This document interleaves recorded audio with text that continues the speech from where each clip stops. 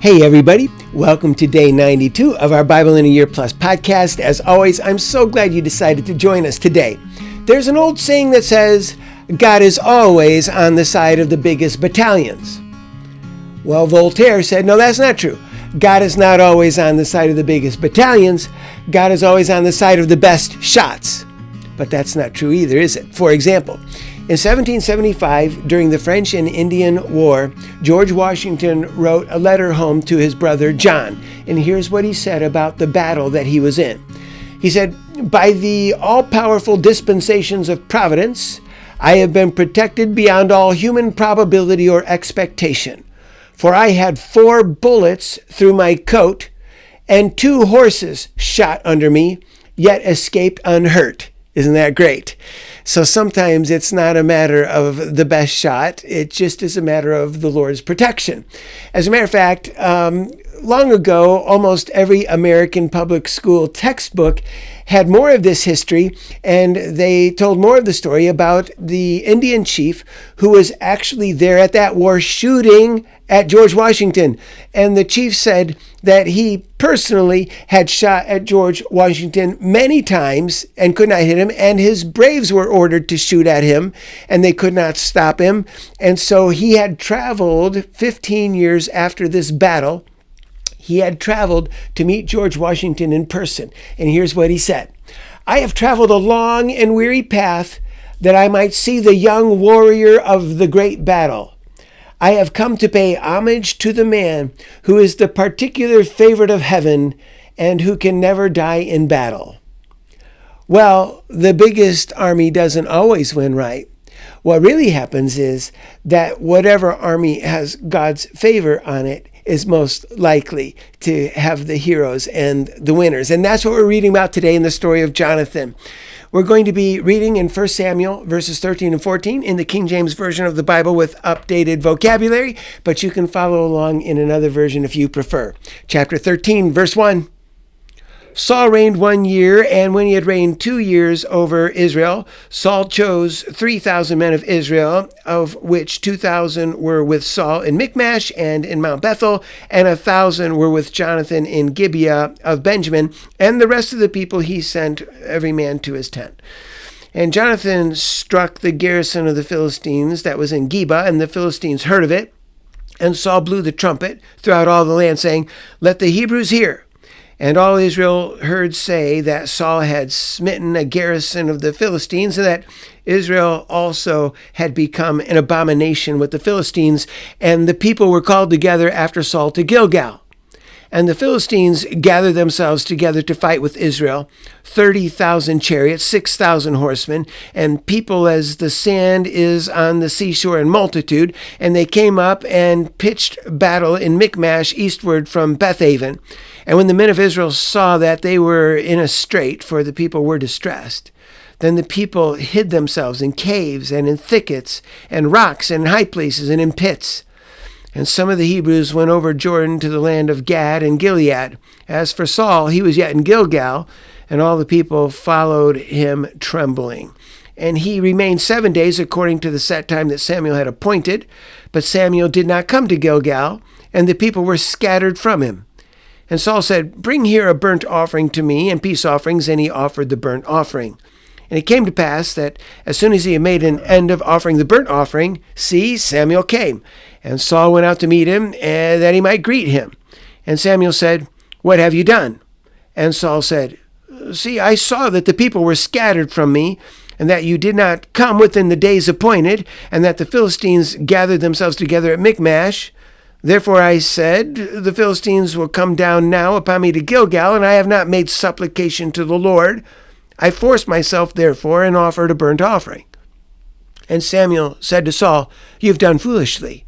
You have not kept the commandment of the Lord your God, which he commanded you. For now the Lord would have established your kingdom upon Israel forever. But now your kingdom shall not continue. The Lord has sought him a man after his own heart, and the Lord has commanded him to be a captain over his people, because you have not kept that which the Lord commanded you." And Samuel arose and got up from Gilgal to Gibeah of Benjamin, and Saul numbered the people that were present with him, about 600 men. And Saul and Jonathan his son and the people that were present with him remained in Gibeah of Benjamin, but the Philistines encamped in Michmash. And the plunderers came out of the camp of the Philistines in 3 companies. One company turned unto the way that leads to Ophrah, unto the land of Shual, and another company turned the way to Beth Horon, and another company turned to the way of the border that looks to the valley of Zeboim, toward the wilderness. Now there was no blacksmith found throughout all the land of Israel, for the Philistines said, lest the Hebrews make swords or spears. But all the Israelites went down to the Philistines to sharpen every man his plow and his sickle and his axe and his mattock. Yet they had a file for the mattocks and for the sickles and for the forks and for the axes and to sharpen the goads. So it came to pass in the day of battle that there was neither sword nor a spear found in the hand of any of the people that were with Saul and Jonathan. But with Saul and with Jonathan his son, there were some found. And the garrison of the Philistines went out to the passage of Michmash. Chapter 14. Now it came to pass upon a day that Jonathan the son of Saul said to the young man who bore his armor, Come and let us go over to the Philistines' garrison that is on the other side. But he did not tell his father. And Saul remained in the uttermost part of Gibeah under a pomegranate tree, which is in Migron, and the people that were with him were about 600 men. And Ahiah, the son of Ahitub, Ichabod's brother, the son of Phinehas, the son of Eli, the Lord's priest in Shiloh, wearing an ephod. And the people did not know that Jonathan was gone. And between the passes by which Jonathan sought to go over unto the Philistines' garrison, there's a sharp rock on the one side and a sharp rock on the other side, and the name of the one was Bozez, and the name of the other is Sinah. The forefront of the one was situated northward across from Michmash, and the other southward across from Gibeah. And Jonathan said to his young man who bore his armor, Come and let us go over to the garrison of these uncircumcised. It may be that the Lord will work for us, for there is no restraint to the Lord to save by many or by few. And his armor-bearer said to him, Do all that is in your heart. Turn, see, I am with you according to your heart. Then Jonathan said, See, we will pass over unto these men, and we will discover ourselves to them. And if they say this to us, Stay until we come to you, then we will stand still in our place and will not go up to them. But if they say this, Come up unto us, then we will go up, for the Lord has delivered them into our hand, and this shall be a sign to us. And both of them showed themselves to the garrison of the Philistines. And the Philistines said, See, the Hebrews come forth out of the holes where they had hid themselves. And the men of the garrison answered Jonathan and his armor-bearer and said, Come up to us, and we will show you a thing. And Jonathan said unto his armor-bearer, Come up after me, for the Lord has delivered them into the hand of Israel. And Jonathan climbed up upon his hands and upon his feet, and his armor-bearer after him. And they fell before Jonathan, and his armor-bearer killed after him. And that first slaughter which Jonathan and his armor-bearer made was about 20 men, within, as it were, a half acre of land which a yoke of oxen might plow. And there was trembling in the host in the field, and among all the people, the garrison and the plunderers, they also trembled, and the earth quaked. So it was a very great trembling. And the watchmen of Saul and Gibeah of Benjamin looked, and see, the multitude melted away, and they went on beating down one another. Then Saul said to the people that were with him, Number now, and see who is gone from us. And when they had numbered, see, Jonathan and his armor-bearer were not there. And Saul said to Ahiah, Bring here the ark of God, for the ark of God was at that time with the children of Israel. And it came to pass, while Saul talked to the priest, that the noise that was in the army of the Philistines went on and increased. And Saul said to the priest, Withdraw your hand. And Saul and all the people that were with him assembled themselves, and they came to the battle. And see, every man's sword was against his fellow soldier, and there was a very great confusion. Moreover, the Hebrews that were with the Philistines before that time, who went up with them into the camp from the country round about, even they also turned to be with the Israelites that were with Saul and Jonathan. Likewise, all the men of Israel who had hid themselves in Mount Ephraim, when they heard that the Philistines fled, even they also followed hard after them in the battle. So the Lord saved Israel that day, and the battle passed over unto Bethaven. And the men of Israel were distressed that day, for Saul had sworn the people, saying, "Cursed is the man who eats any food until evening, that I may be avenged on my enemies." So none of the people tasted any food. And all those of the land came to a wooded area, and there was honey upon the ground. And when the people had come to the wooded area, see, the honey dripped, but no man put his hand to his mouth, for the people feared the oath. But Jonathan did not hear when his father charged the people with the oath. Therefore he put forth the end of the rod that was in his hand, and dipped it in the honeycomb, and put his hand to his mouth, and his eyes were brightened. Then one of the people answered and said, "Your father strictly charged the people with an oath, saying, 'Cursed is the man who eats any food this day.' And the people were faint." Then Jonathan said, "My father has troubled the land. See, I ask you how my eyes have been brightened because I tasted a little of this honey? How much more if perhaps the people had eaten freely today of the plunder of their enemies which they found? For had there not been now a much greater slaughter among the Philistines?" And they struck down the Philistines that day from Michmash to Aijalon, and the people were very faint. And the people flew upon the plunder, and took sheep and oxen and calves, and slew them on the ground, and the people ate them with the blood. Then they told Saul, saying, "See, the people sin against the Lord, and that they eat with the blood." And he said, "You have transgressed. Roll a great stone unto me right now, this day." And Saul said, "Disperse yourselves among the people, and say to them, Bring me here every man his ox and every man his sheep, and slay them here and eat, and do not sin against the Lord in eating with the blood." And all the people brought every man his ox with him that night, and slew them there. And Saul built an altar unto the Lord. The same was the first altar that he built unto the Lord.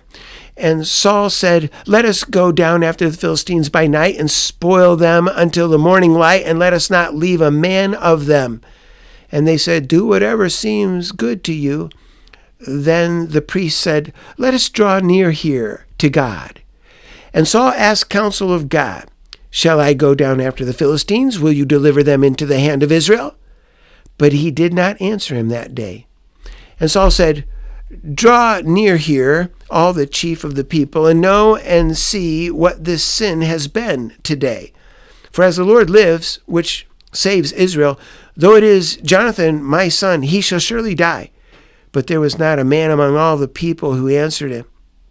Then he said to all Israel, "Be on one side, and I and Jonathan my son will be on the other side." And the people said to Saul, "Do what seems good to you." Therefore Saul said to the Lord God of Israel, "Give a perfect lot." And Saul and Jonathan were taken, but the people escaped. And Saul said, "Cast lots between me and Jonathan my son." And Jonathan was taken. Then Saul said to Jonathan, "Tell me, what have you done?" And Jonathan told him and said, "I did but taste a little honey with the end of the rod that was in my hand, and see, I must die." And Saul answered, "God do so and more also, for you shall surely die, Jonathan." And the people said to Saul, "Shall Jonathan die, who has worked this great rescue in Israel? God forbid. As the Lord lives, there shall not one hair of his head fall to the ground, for he has worked with God today." So the people rescued Jonathan, so that he did not die. Then Saul went up from following the Philistines, and the Philistines went to their own place. So Saul took the kingdom over Israel, and fought against all his enemies on every side, against Moab, and against the children of Ammon, and against Edom, and against the kings of Zobah, and against the Philistines. And wherever he turned himself, he troubled them. And he gathered an army, and struck down the Amalekites, and delivered Israel out of the hands of those who plundered them. Now the sons of Saul were Jonathan, and Ishui, and Melchishua. And the names of his two daughters were these: the name of the firstborn, Merab, and the name of the younger daughter, Michal. And the name of Saul's wife was Ahinoam, the daughter of Ahimaaz. And the name of the captain of his host was Abner, the son of Ner, Saul's uncle. And Kish was the father of Saul, and Ner, the father of Abner, was the son of Abiel. And there was fierce war against the Philistines all the days of Saul. And when Saul saw any strong man or any valiant man, he took him unto himself. And that concludes chapter 14 of 1 Samuel. Well, we saw in chapter 13, verses 8 and 9, that Saul commits this terrible sin. He offers a sacrifice unlawfully. He was supposed to be waiting for Samuel, and like in chapter 10, verse 8, was undoubtedly told by Samuel to wait for him. But he was afraid that he would be attacked without having made the sacrifice, so he took it upon himself to do what only priests are allowed to do. In chapter 13, verses 13 and 14, you see that Samuel informs Saul that his kingdom is withdrawn, whereas it might have lasted forever. It might have gone on and on and on, probably side by side with a greater king from Judah, but his kingdom didn't have to end. You see, in chapter 13, verse 14, as Samuel explains this to Saul, he says, because the Lord has sought for a man after his own heart to be the captain of his people.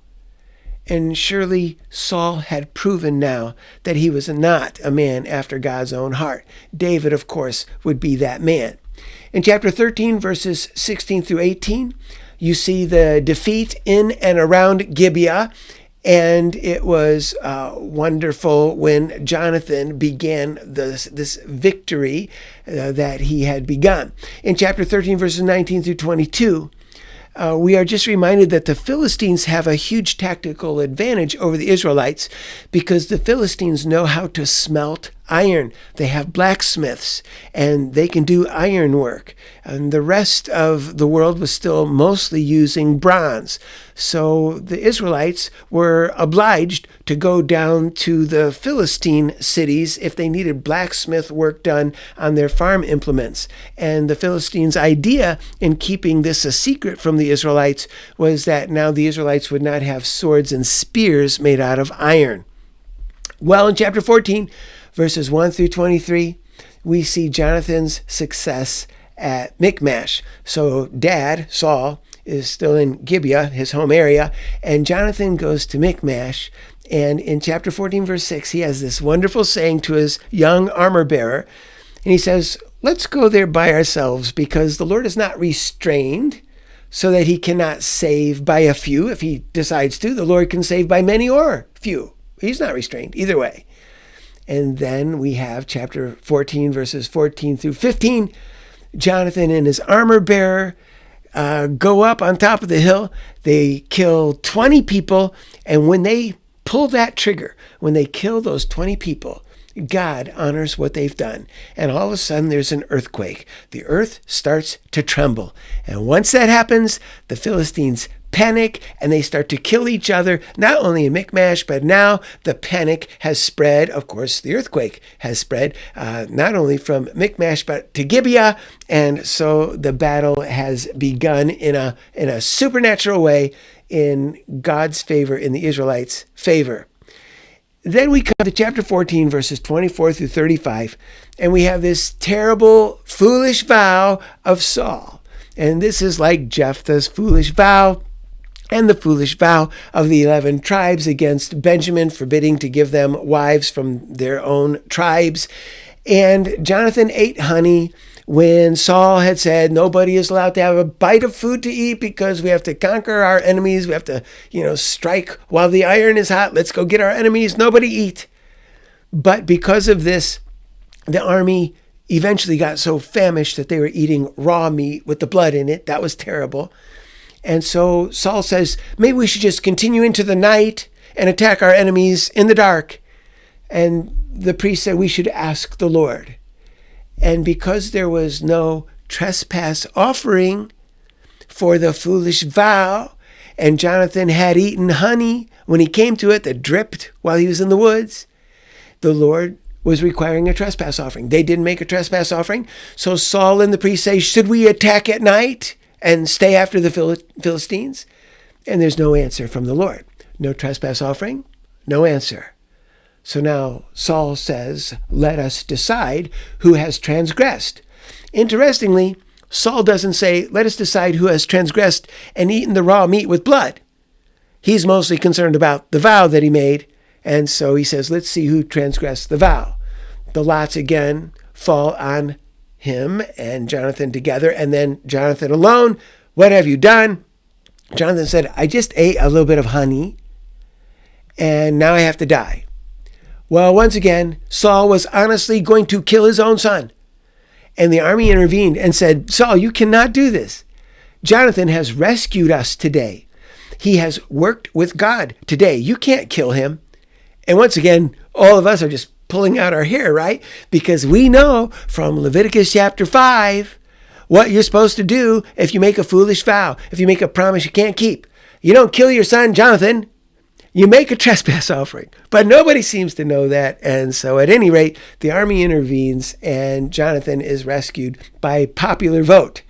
And then we see in chapter 14, verses 52 and following, that whenever Saul found an athletic, ambitious young man, he drafted him into his army. And this reminds us that Israel, for the first time ever, has a drafted army, a conscripted army, and not a volunteer army. And that's just sad. It's the end of an era. And that's what Samuel said would happen. When the king comes, he's going to take your best young men and he's going to keep them for himself as warriors. And that has come to pass. All right, so what is our great life lesson today? It is what Jonathan told his armor bearer. God is perfectly able to save by few or by many. The biggest army doesn't always win. What you want is the army to have God's favor. And if your army has God's favor, then you're going to do just fine. God is able to save by few, even by Jonathan and his armor bearer, 20 against 2. God is able to save by few. He is able to take your meager abilities. And all of us have only meager abilities, right? It's all we have. But God is able to take our meager abilities and do something eternally important with them. If we are just a candle, Jesus said we are the light of the world. If we are just a single candle in a dark world, it is still grand if we happen to be the candle in the hand of a king. And the king can do anything. So we should pray, I think, as our life commitment prayer today. We should pray to press forward as far as we can with our meager abilities. Just Jonathan and his armor bearer, meager as we are. We're going to press forward as far as we can, weak as we are, and we're going to leave the earthquakes to God. And so I hope you'll pray in your heart as I pray out loud, committing our meager abilities to our great God. Father God, we want to acknowledge that we are meager. We have no great strength. All we have is little. But we'd like to take our little and push it as far as we can. We'd like to take our weakness and use it as well as we can. And Lord, as far as the earthquakes go, to make something eternally important out of what we do, well, we leave that to you. All we do today is offer you our weakness, small as it is. But we do offer it to you gladly, and in Jesus' name, amen. Well, God bless you. Thank you for joining me for day 92 of our Bible in a Year Plus podcast, and I sure hope I get to see you again tomorrow. Goodbye for now.